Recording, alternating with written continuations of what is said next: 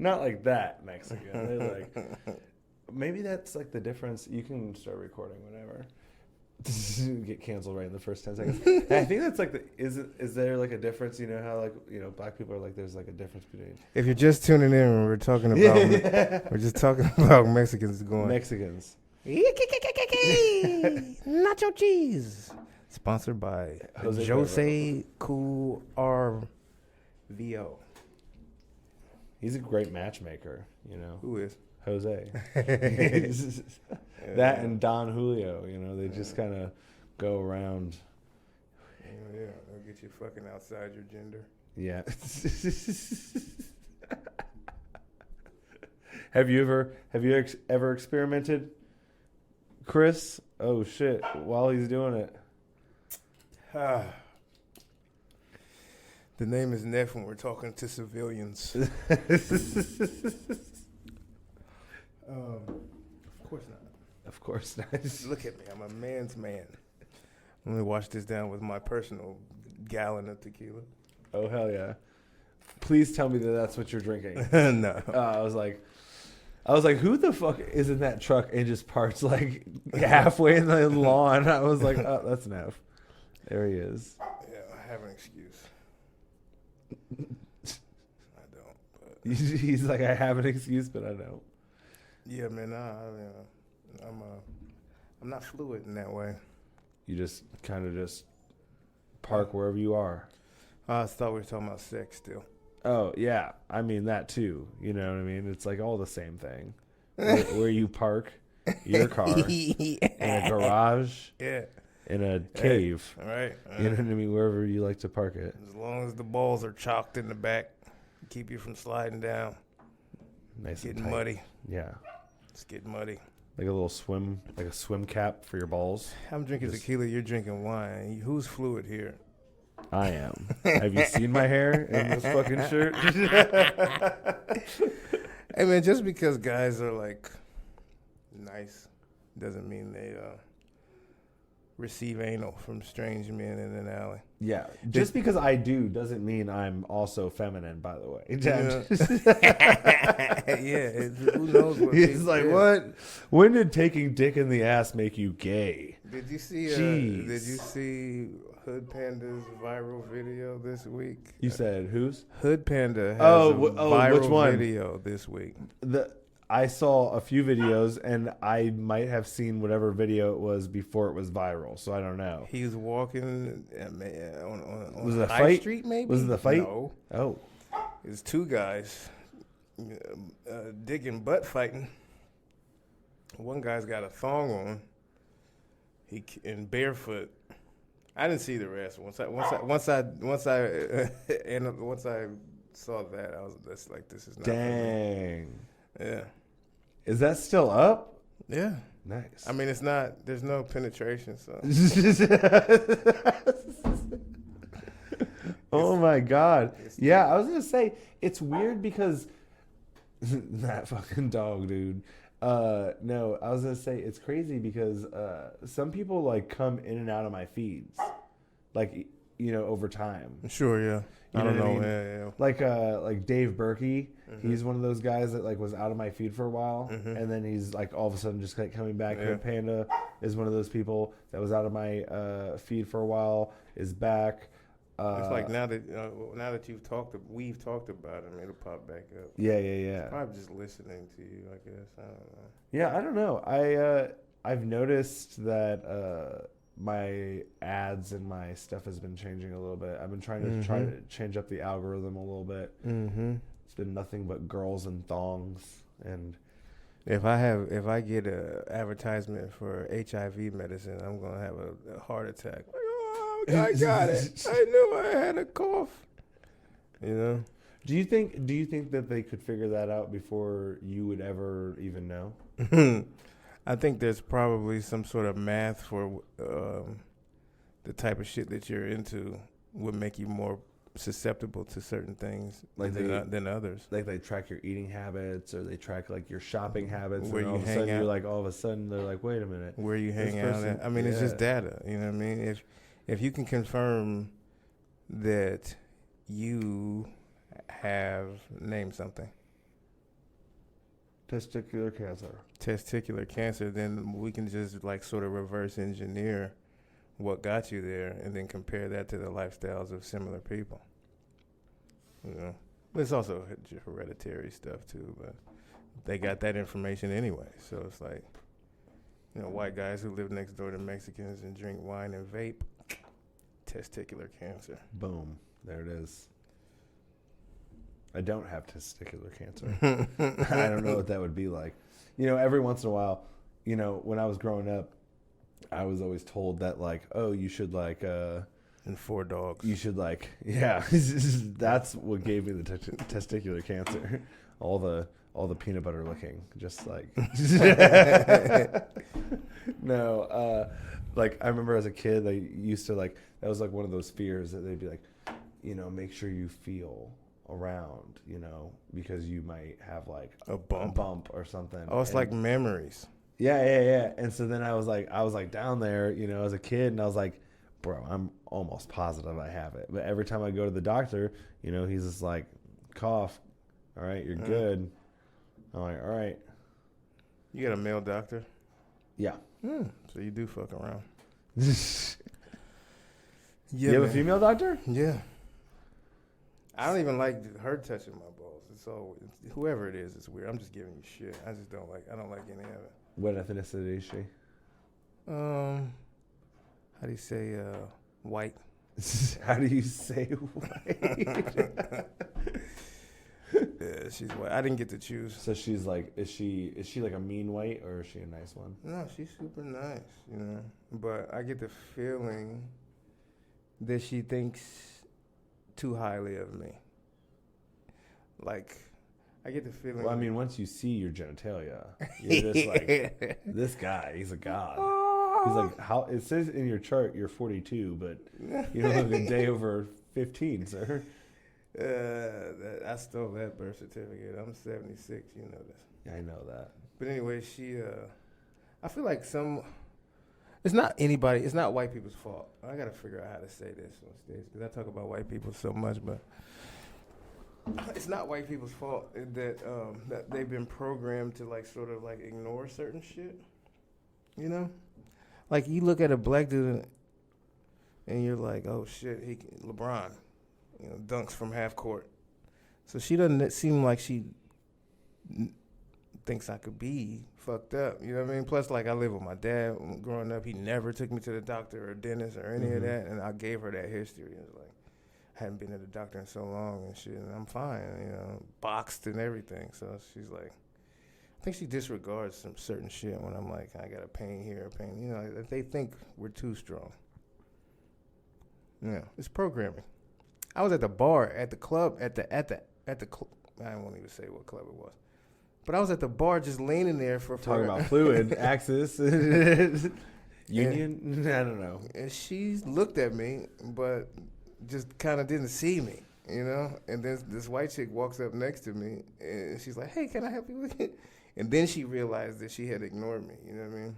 And it wasn't her fault. I talked to her before. It's just that. That's crazy. Yeah, I don't think white people can understand this because you don't have to go through it. But it's like there's something in the programming that has made us sort of treat each other a certain way. You know, the thing that I have found in my experience is that, like, whenever I've been, like, you know, just a normal human being, you know, to another person, just like to a black person, just like in a grocery store or something, they're always super appreciative, like overly appreciative. Mm-hmm. Like I had a girl, I just like literally, we like, you know, came to an intersection and she was like, you can go ahead. And I was like, no, you go ahead, you know, and it wasn't anything crazy, you know, whatever. She followed me outside the store and like gave me a hug and she was like, whoa, you're so nice. Dude, it was weird. You see what I'm saying? Dude, I was like, dude, all I did was let you just walk in front of me. It wasn't like nothing, you know, I'm not in any rush right now. Like, and if I would have like accidentally went in front of her and had that like crossover at the that bottleneck at the Y, she'd been like, ah! You hate me! Nah, I'm joking. But you like Jesus, that's why. She just wanted to thank Jesus. Yeah, exactly. Man, I really hope that people don't look at me and they're like, there he is. I'm like, oh no. You have the kind eyes, but you're just high and shit. Yeah, you just like you got the hair, the authentic smile. Yeah. You know what I mean? Yeah, I see it. I see it. But what about someone like you? What about me? If you grow out your hair, you know, maybe grow out your whole beard. Then I'm Bob Marley. You see what happened to him? Martyrs, dude. Mm-hmm. Bob Marley, he used to do the LSD stuff on his like forehead and stuff. Really? That was him, right? I don't know. Bob Marley. I don't have a lot of Bob Marley history. Oh wait, I don't know who I'm talking about. I think that's Jimmy. I don't know who. You know what? Skip. I just know he was assassinated. Dude, I feel like every single person in history that's ever died from an overdose. We talked about this, I think, the last time. I think Did we? Bob Saget. Yeah, in the hotel and shit. Yeah. It's still happening, man. I even looked up some new ones like Anna Nicole Smith. I mean, it was new to me. I didn't know she died from a accidental overdose. Her and her son, who happened to be potential inheritors of a billionaire oil tycoon's estate, who she was married to. Now she wasn't all that cool for even trying to get that from him. You know what I mean? Like, Yeah. He looked dead when she met him, you know, but she was like thinking she was gonna get some of his money. And, That's crazy. oopsie. Went to sleep. This is why you gotta marry poor, dude. Who? Just in general, just people, just marry poor, because then that doesn't happen. They don't murder you. I guess they'll murder you for your money instead. She was already rich by our standards. She was a model already at the time, successfully. See, so what's the point of getting more money? Man, money is a motherfucker, man. But it's like, at what point is it too much? Yeah. You know what I mean? Like, at what point am I like, all right, I'm satisfied? There's got to be, at some level, the elites probably know once you reach so many millions, there's things that you can do that you and your children will never be broke. Yeah. Right? And it's not $1 billion. It's probably less than $1 billion. There's so many people are already probably there. But, like, that's a good question. This is something that should be answered, because maybe after that, your taxes should go, like, crazy. Yeah. So you could give back, because otherwise you can't get any more money. It doesn't mean nothing. Now you just want power and control, and you know what I mean? And you just want to be able to whip niggas, you know? Yeah, dude. And I don't mean black people. I mean every poor, you know? I just put something on Threads. I said millionaires hurt the poor doing favors for billionaires, you know? And billionaires just like... Do you like Threads? I mean, somebody just told me to do it. So every time I have a thought, I try to put a thought on. So isn't it just like Twitter? Yeah, but... Or X, I guess now? Sure, but like, I tried that and got absolutely no traction either. And I was spitting bars, son. And then it got nowhere, so I tried Threads. Yeah, I don't understand the algorithm behind that one. I think X is chronological. So you get on there and you just look at stuff as it came through. There's no like tricky sort of algorithm there. Oh, really? Yeah, but I guess I just don't have any followers, so it didn't matter anyway. Yeah. But I always hate going on like a new social media, because it's always like the grind of getting followers and everything. It's like, unless you already have like, you know, a following. Yeah. Yeah.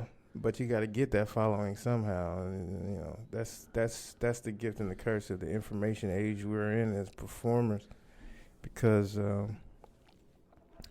you want to do it, because if you do it, it's done and you're in. Yeah. But doing it is like, ugh.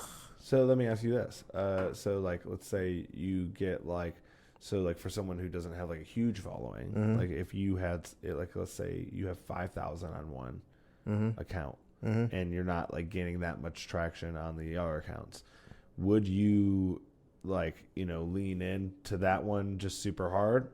Well, first of all, I'm nobody to ask, bro. I mean, yeah, but what would you do? Would you just like, because I feel like, because I feel like it yourself thin. Look at I mean, you look at Jason, I guess, or Damon Darling, I guess, and that's pretty much all we got in terms of local guys who have done their thing on the social media side. It's hard. Yeah, I guess it's hard to know when they crossed over. You know what I mean? Like to the other platforms. You know what I mean? Like when they really like started, because it's like once they really blew up on TikTok and stuff like that, then that's when like people on Instagram are like, hey, this guy is like funny. But at the same time, he might have been posting on both of them at the exact same time. Both the entire time. I don't remember Jason having any more than one page. Okay. You know. But I was following him. I started following him in the pandemic too. So maybe there was more. No, I think he started in the pandemic.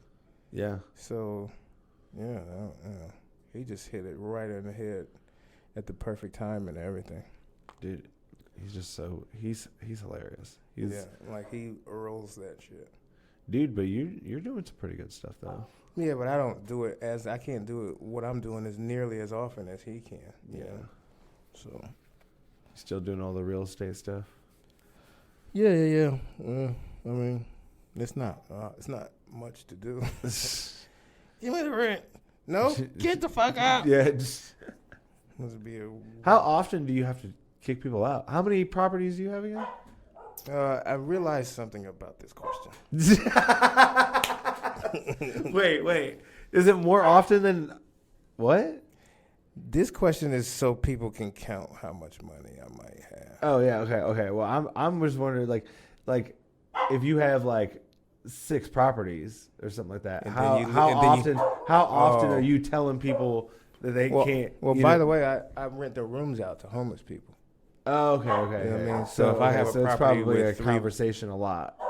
Yeah, because it's like some of them probably aren't like keeping up on their shit. Yeah, and they'll do weird shit that I have to kick them out for. Just go tell them, They'll pay. You know, they might be able to pay the money, but they won't. But they'll go. I had a guy. I would drive past the house and there was a shop, like a grocery cart, shopping cart outside in the driveway, like a car. No. And so I just keep going, and every other day I'll go by and the cart's not there, like he drove to work or something, right? And over the course of like a month, I just keep seeing shit add up, like little bags of shit, little clothes and slippers and shit. Like, what the fuck? Then I saw a garage sale sign, and I'm like, oh no. So I go in there, and he only gets one room out of the 3 rooms that are in this house. But his wall, I just knock on the door. He don't say nothing. I poke in there. I look in, and he's got like ceiling up to the ceiling, and he's a hoarder. But he's hoarding trash, though. You know what I mean? He's not buying stuff on Facebook Marketplace and trying to flip it. Yeah, you know what I mean? He's like pulling stuff off of dead homeless people and then trying to like. So I had to get him out of there. There was another guy.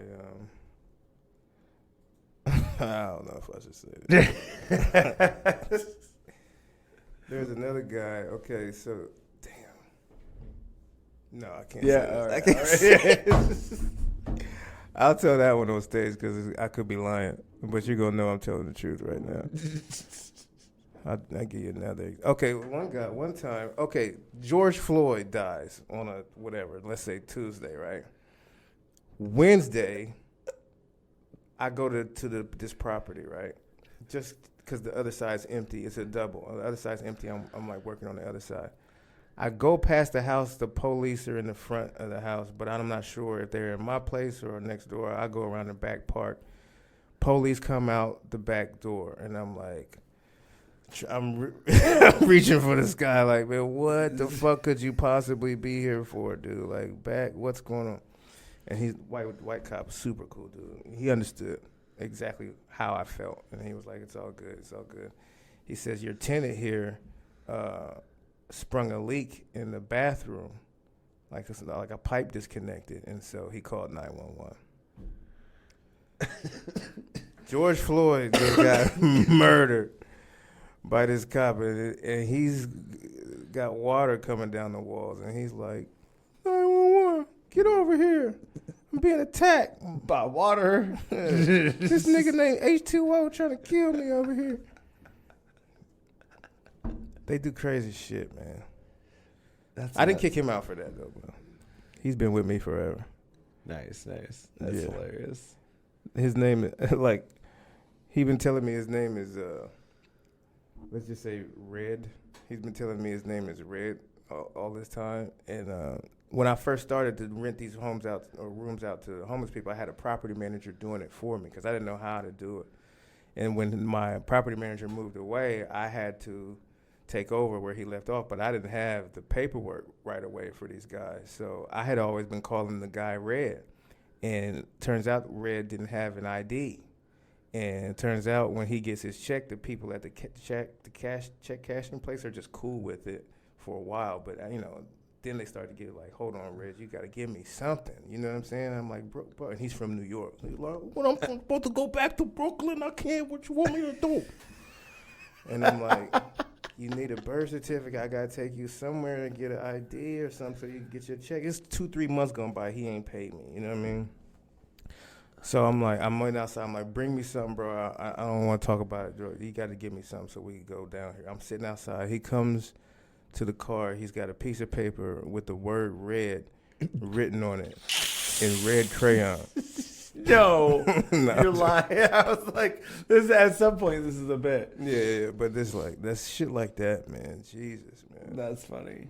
But that goes to show, like, so many people just don't have the intellectual fortitude to contact the landlord. You know what I mean? He gets Social Security, he gets money. Yeah. But he just don't have the scruples to talk to nobody. Yeah. So they end up on the street. You know what I mean?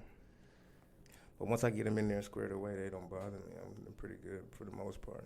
Nice. Until you get a new guy who does something weird, a few months in.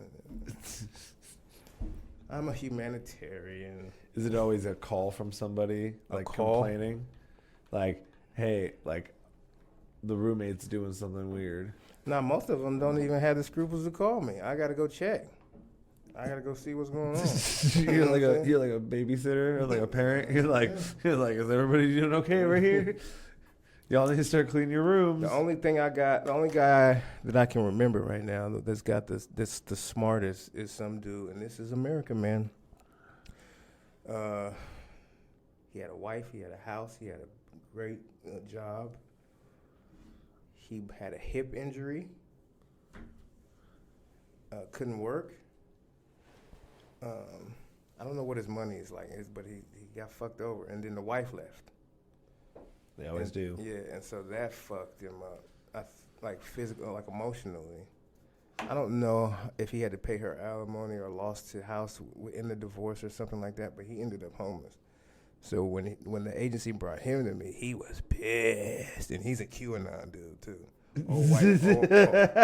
Old white man. He won't admit it to me, but I know from the talks that we have, I know who I'm talking to. Come on, I read the audience, and I don't think he cared more than I did. You know what I mean? But Jesus, man, he just got fucked over, and now he's got like he might be a Walmart greeter or something. You know? You said a what? A Walmart greeter or something. You know, he had to start from the bottom.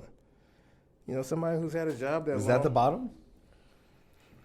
Being homeless? No, I was gonna say being a Walmart greeter. Plus homeless? Yeah. As a Walmart greeter?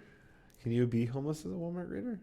I don't know. I mean, by the time he got that job, he had already been in my place for like a couple months. So he had an address. But just before that, I think it was COVID, he came around. You know, something I was thinking about, like, if you have a tent, are you homeless? Yeah. Yeah? Need drywall. You need drywall? Tent what if you put drywall on your tent? Like a little triangle in the street? Only you would be comfortable like that. Like, I'm not homeless, dude. This is cool. Yeah, I mean, dude, honestly, man, for a while, I was like, I'll live in my car. I've done it. Have you? Yeah. Yeah, I twice. And one time was in a Firebird. So the back of it had that hump in between the back seats. That's not what? That's like a lumbar from death. Was that here or was that a different state? No, that was here. Damn. What months was that? Huh? How long? That was in the summertime, and it wasn't long. That wasn't so bad. But then it happened again, maybe a couple years after that. And I had a Cadillac. I had a homeless with a Cadillac. And that back seat was comfortable, you know. But it was rough, man. Was that during the summer months as well? Nah, because I remember having to gas up and leave it on, you know. At night for the heat. Well, it's nothing like that. It's nothing like that to get you ambitious, though. Yeah. I was talking about that with somebody the other day because, like, you know, it's been a while since I've done the podcast. This is the first podcast that I've done in a minute, and I can tell. Yeah, I'm sorry. And one of the things that one of my friends was saying was like, you know, even through all the shit that I was going through over the past like year, the one thing that I always did was still go out to comedy. I was still like going out to comedy, and I was like, well, because it's like in the end, you know, I'm not a podcaster. I'm a comedian. Sure. And so it's like, you know, if anything's going to go, it's going to be that. You know what I mean? But like, it wasn't leaving. It was just like, you know, need time to like rebuild everything. You know, like you said, sometimes you got to build from the bottom. And so that's, you know, that's what we had to do. Got a new, you know, studio, whatever, place, new house. This is pretty nice. And yeah, I mean, you just got to stay focused on like the end goal. It's like if you start getting too freaked out about like, you know, yeah, you know, money's important. You got to pay bills and stuff like that. But at the end of the day, it's like you have to follow what you're doing, because if you don't, then you're just gonna become a robot again. That's the beautiful thing about art. You know, if you love it anyway, you're gonna do it no matter what. Yeah. And if you just dial down on that, maybe the rest will come around later. You know, maybe. Yeah, hopefully. I noticed like a lot of the comments that I see, like on the road, like a lot of the comics that I see so I've met a couple comics in Nashville, and I've seen them in Chicago and here. I met another comic in I don't remember where I met her at, but I see her everywhere. And it's like a lot of people have something else going on, you know. Like either they're like dating a flight attendant so they get free flights to get to gigs. Oh wow. You know, or you know, a rich husband or something that just finances, you know, their lives comedy while they pursue comedy, you know, or like me, like I have a little bit of slightly passive income, where I can spend more time doing other shit, you know. Yeah. Well, and that's like the thing that's like, it's like really important, like that a lot of like some of the younger people that I've talked to, like who do comedy, they don't get, like, you know, as you get older and you don't start living with roommates anymore and your rent's like $400, you know, things change.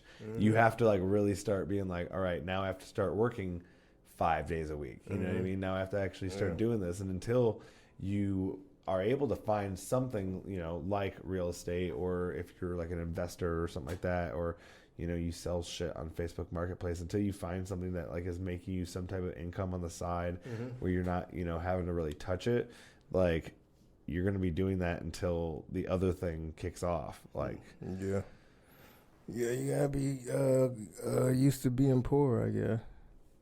Cause shit, man, I've never made more than $500 for a weekend,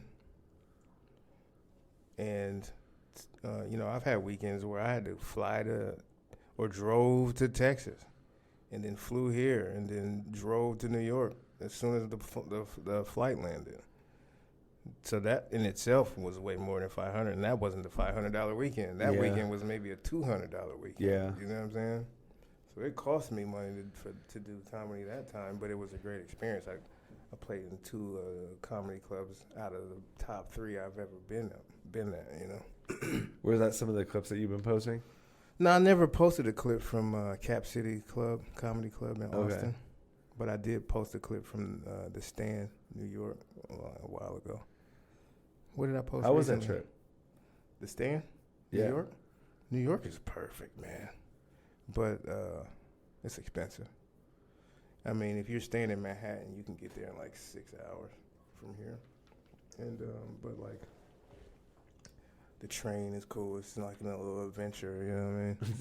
You can hit like 3 mics in one night. The mics suck bad, but it makes you better, you know? Is it like one of those like 3-minute mics? There's some 3s, there's some 5s. There's a couple places that are kind of cool too. That you might get a 7. They all cost. You probably got to pay $5 to get in it.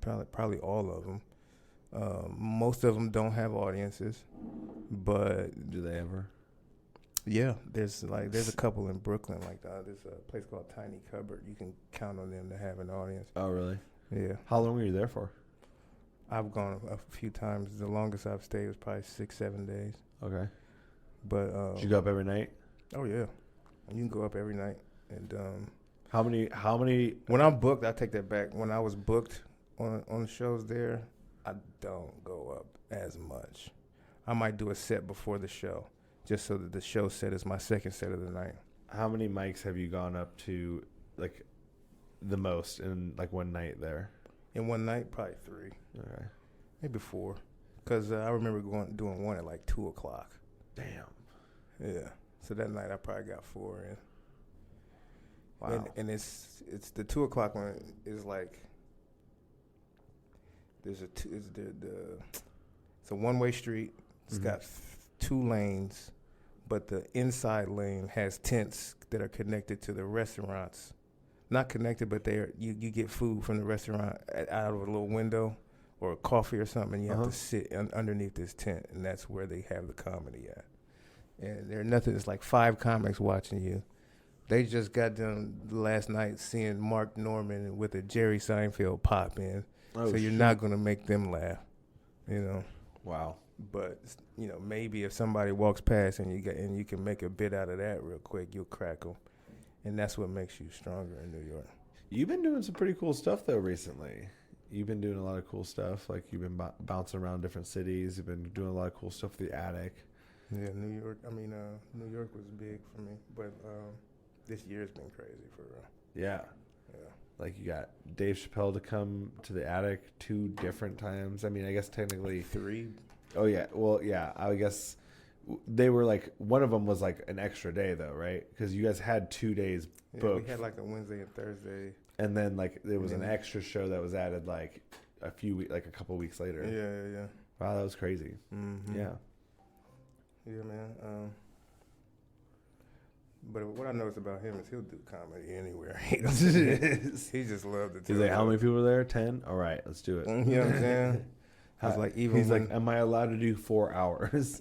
Are they gonna be mad if I like keep the place open? Dude, no, that was super crazy. I remember, who was it? Yeah, I worked at his shot show when he was doing his he did that like a New Year's Eve or something. No, it was the movie. Yeah, he was doing that movie. He brought Erykah Badu. Yeah. And I remember they kept the place. He was keeping the place open past like what it was supposed to be. And I remember one of the people that worked there that told me it was like for every like 15 or 30 minutes, it was like an extra $15,000. Jeez Louise. Because they had to pay every single person who was still on staff. Yeah. Like, everyone's hourly. Mm-hmm. And I'm just like, damn. It's like you gotta wonder, like, do you make any money on that? Like, you know what I mean? Like, and does he care? You know what I mean? Yeah, I think that you do make money, and because like if you look at those ticket prices, like front row at that show had to be over $1,000. You know what I mean? And that's not just the front row. That's those front sections. Yeah. And then that holds like 18,000 people. Even though the nosebleeds might be like 50, 80, $100 or something. You're talking a few $1 million. Yeah. But he does just love to do the shit, you know? Yeah. Because I was in New York when he played Madison Square Garden, and one of those nights, I guess he didn't play. Like, he was there for a week, but a couple of those nights there was no Madison Square Garden show planned, and then just out of nowhere, he'd be like, let's go to the Cellar. You know what I mean? Like, you know what I mean? And I get a text like, come to the Cellar. He's at the Cellar. I'm like, damn, he's like that quick. He just decided to go. That's crazy, dude. Yeah, so it's like he cares to do this shit at all costs. He'll do it in the backyard of his house. You know what I'm saying? Yeah. Those shows was cool too. I saw Andrew Yang there. Did you really? Did you vote for him? No, You felt like a Asian president type of guy. You look. I'm down for like an entrepreneurial, like sort of central, not radical left. But do you think we should have a woman be a president? Yeah, I think women do much better at almost everything than we do. Much more organized, much less egotistical or some shit they got. I mean, they're just better. Unless another woman is ruling another country. I'm about to push the button on that bitch. She's like, I cannot believe she's wearing that. I wore that last week, and no one cared. The dress wars. Yeah, man, I think so. But we got to get politicians out of our politics. Dude. It doesn't even matter what gender they are anymore. Yeah, man, we got to make sure they're also younger. Younger people, yeah. Man. I saw this funny ass reel the other day where it was like this couple was like talking to their grandfather, and they're like we want to put you in a spot where they can actually take care of you. And he's like, what are you talking about? And he's like, I think it's time that you run for U.S. Senate. And he was like, what are you talking about? Because he's like 72 years old, and he's like super old, and he's like, it's time for you to run for Senate. At that point, you're just trying to do anything for some young coochie. That's not what we want behind the paperwork. Why don't you run for office? Let me tell you. Let me think. I have an F1 in Chicago, an F2. Those are felonies. You know what? Hey, you know what? Our presidents have done worse. I don't want to wake up in the morning, though. I'm a nighttime guy. Run the country at night. Nef at night. Nef at night, third shift politics, baby. Dude, you know what? Why don't they do that? Like a first shift president, third shift president, you know what I mean? Just like cut it up in shifts. Nah, that shit ain't gonna work. Like have like a swingers couple. That shit ain't gonna work until we get the oligarchs out of it. Until we got back to the money shit. Too much money. Yeah. Too much money.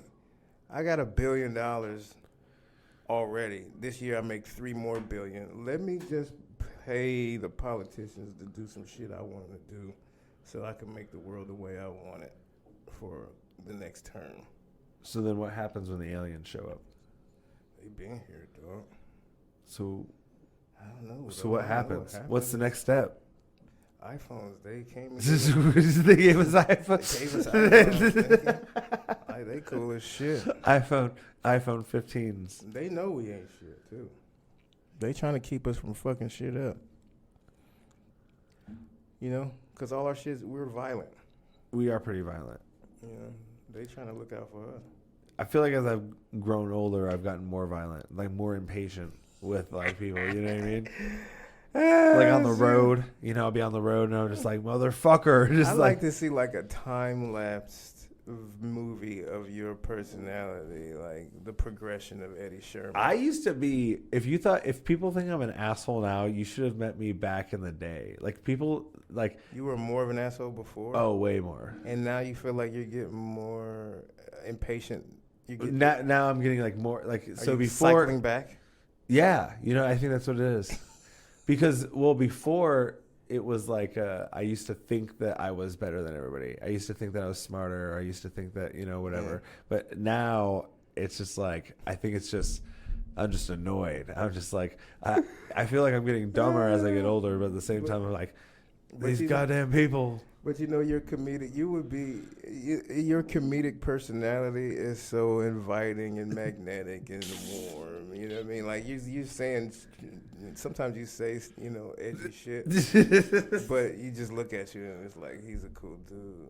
So if you were like famous with that comedic personality, right? But then the stress of being famous would cause you to cycle back into the asshole Eddie. You'd be like Ellen DeGeneres or Lizzo and shit. People be coming out complaining about you, but nobody would believe it. I'd be like a fat lesbian. Just like, I would just transition. You could be a trans man. A trans woman. Man. What? Yeah. Is that what that would be? I mean, I just see you. I see you side by side. Right here is where you should put a side by side picture of you and Yoko Ono's son. What's her name? I don't know. Cher's son. Cher's son? You know what I'm talking about? No. I'll have to look him up. Oh shit. Yeah. What's his name? Do you know? Trans man.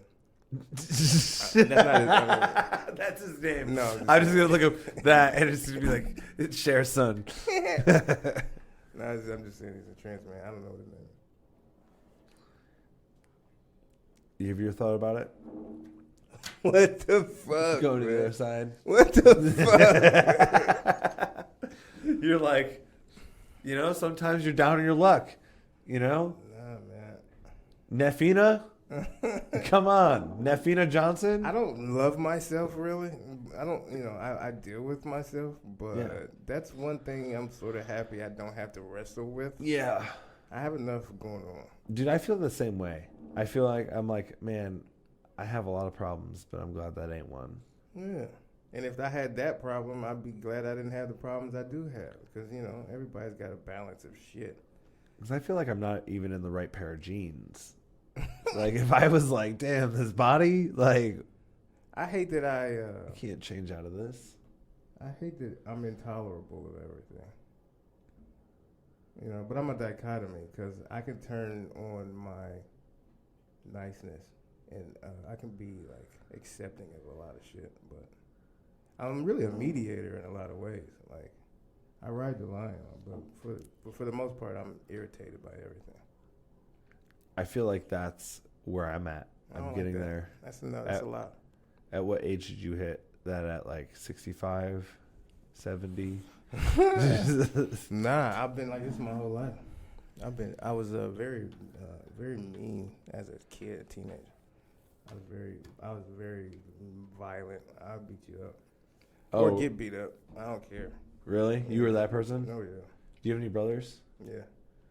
Yeah, my oldest brother was... Haven't I met one of your brothers? Two came from Chicago to the Natalie show, but I don't think you were there. I don't think I was. And then... do you have a bald brother? Yeah. I think I met him. He looks just like me. He looks like me, a little lighter.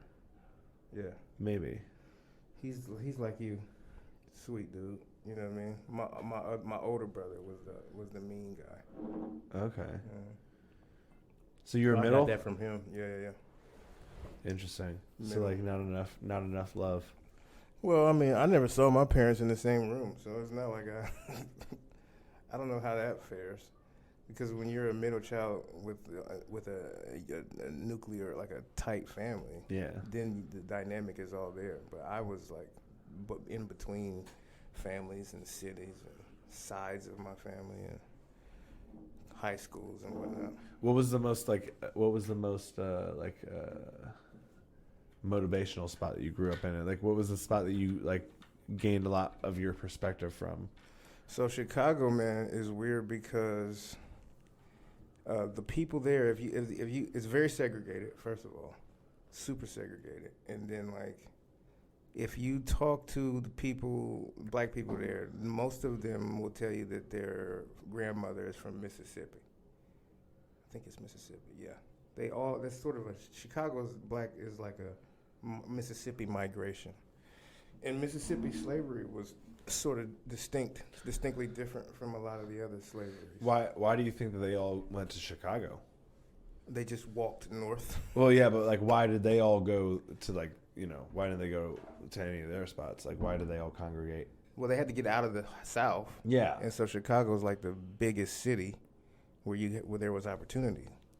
So that was just like the logistically one of the better spots to go to if you're going to go anywhere. Yeah, economically. And they went on, and they all sort of went together. And Mississippi slavery was sort of like extra brutal, It was also sort of like where the pimp mentality came from. This was where the pimp shit came from. Oh, shit. You know what I mean? The slave masters had sort of like a pimp quality to them. And that's why you see pimp shit being so huge in Chicago in the 70s and 80s. Because they adopted some of that same mentality on each other. You know what I mean? But because of that, plus the segregation, they're just a different breed of people, man. They're very unified in a way, but also like brutal in a way too, but they have a code about them. They have like a built-in honor system, a deeper level of morality, understood rules without having to explain them to each other. And so that kind of taught me how to deal with people with integrity. Where in Columbus, you kind of don't have that.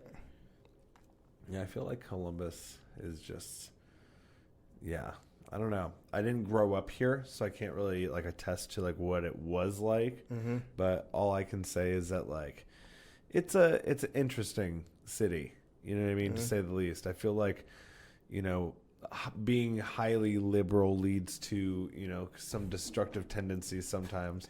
But like other than that, I feel like because I didn't even start partying until I got here. Really? You know what I mean? Yeah. So it wasn't like I didn't like drink or anything until I like came to Columbus. And it's not like I'm not saying that Columbus made me drink, but like at the same time, it was like coming to the big city. It was like this is what everyone's doing. Partying. Going out. And what year was this? 14, 15. Mm-hmm. Yeah. So imagine in the past 8 years, how much the population has grown, and imagine what that's done to the comedy scene. Because we were a cow town, family place, and now we're sort of this bigger metropolitan area with like over 1 million, 2 million. I think we're like touching if you're counting suburbs too, which you should, because people in Westerville will definitely come downtown to hang out. 100%, yeah. So, and I think when I moved here, I think it was like 17, 18. So it's probably been like in the past like 8 years, like 200,000. They're building apartments like crazy, bro, and it's nuts. I fucking hate it. Like everywhere, it's fucking like this like residential housing or not residential housing, but fucking you know what I mean. This is the place to be, man. Yeah, but like they're ruining it. Like, you know what I mean? Like we are. Do you know that we are like? I want to say. I'm probably about to lie. We're like less than. I'm gonna say less than 600 miles. Chicago's like 400 miles. I think we're like 500 miles away from 50% of the population. Mm-hmm. The U.S. population. Yeah, that's why we're like a really good spot for human trafficking. Yeah, and we're a good spot for like people who want to see their families but not live around them. Mm-hmm. You know what I mean? And people in New York got too expensive. People won't come here. It's a lot. Look at the license plates when you're on the freeway. That's why we're the worst drivers in the country too. Listen to this. I was just telling her this the other day. I was like, I know this exact reason. It's because most of the people don't fucking live here, and they don't know the exits. They don't fucking know shit about and the other people that do, like the other half that do live here, half of them don't live here. They're like college students or like people who OSU is the biggest campus. Biggest campus in the country. Like, bro, it's like so nuts. And I feel like, and like you said, because we've been growing, the traffic's been getting crazier. And like the like construction that they've set up, have you seen some of like the new overpasses and shit that they're adding? There's one that's going so super high above a bunch of other highways already. Like, dude, like it's like, so like right now, I don't know what the area is, but it's like it's already like 5 different individual highways, and they're building like it's like a 6th one. Sure. So we're about to be what all of the other major big cities have always been, but for the first time. And this is what this means for comedy, because right now we're in a comedy boom. You know what I mean? So like that, sort of like in the times of George Carlin, right? So like, on top of us being a cow town who just came into like a big city sort of vibe, on top of us being like the light-skinned capital of the world, on top of us, you know what I'm saying? On top of us being like capitalistic people, you know, or progressive, I should say. I mean, whatever the difference is. Like we got to like sort of shape up and figure out like how to behave. You know what I mean? because we're about to have a crazy opportunity. Dave Chappelle's right down the street. You know, we've seen he don't care about coming here if the circumstances are Well, didn't right. he also buy the? He's got a club that he's opening in Yellow Springs. Didn't he also buy the Wiley's? Yeah, he bought the building. I don't know what that means. Yeah, I mean, but I mean, business takes a while. So it's like if he bought the building, like he's probably got to wait for whatever contractor. He's probably got to convince whoever owns it to get rid of it. You know what I mean? And it's like even if it is Dave Chappelle, if you're somebody who really likes comedy and your club's doing well, you're not going to be like, no matter how much money. You know what I mean? If it's going well and you have the opportunity to like bring in, like you know what I mean? Like there's absolutely no way. Yeah, I don't know what's gonna happen. I love Wiley's as it is, but whatever. I was gonna say I'm liking the clubs. I'm loving the out of city clubs. For the first time I went to the Dayton, Kentucky club, or not club, but you know what I mean. The show, some comedy, whatever. What the fuck was that one called? The Comedy Lab or whatever. I ain't here. Yeah, it was fun. That one is just it's like a church converted into like a stage and everything. Yeah, it's pretty funny. That was like during Halloween time, so that was pretty fun. Toledo was always a good time. I haven't been to the Dayton Funny Bone yet, but heard that one's pretty fun. But I haven't been out of the state yet. That's the next thing. Really? Yeah, I didn't know that. Yeah, it's like one of those things that like, after the OVI, I like haven't been able to like drive around really. So it's like, but when March comes around, you best believe I'm fucking driving out of this place. Chicago's good. And you said that one's like not far. Yeah, you can get there in 6 hours. 6 hours. And there's a lot going on. You can enjoy the city while you're there too. It's good. It's a good first stop if you're not booked, just to get somewhere and do some mics and maybe try to get booked. I don't know. There's some clubs there. Oh, okay. Yeah, I did the Laugh Factory, but that was not me. That was Bo from the Attic that got me booked on that. Okay. I don't know how I did it. I guess I should ask at some point. That's funny. That's great. But so where can like people find your stuff right now? Like where? Okay, so I got Nef Rizzle Instagram or whatever, NEFFRIZZLE. But I also got nefjohnson.com, and I've been filming a documentary, sort of like a docu-series, and I've got a real weird format for how I'm doing it, and I'm probably gonna have at least one episode on nefjohnson.com, and we'll work it out from there. I don't know what I'm gonna do with the rest of it, but hell yeah, there'll be a trailer and some other stuff there in YouTube. Nef Johnson. Hell yeah, dude. One F, not even funny. Is that what it is? Yeah, Nef Johnson. Oh, I always thought it was 2 Fs. Well, you looked at the Nef Rizzle handle on Instagram. You take the Rizzle off, you think it's 2 Fs or whatever. But there's like a company called Nef something. Nef. Okay. Yeah. All right. Well, guys, thanks for stopping in. Thanks for listening to the podcast. This was Nef Johnson, and we will see you guys fucking soon.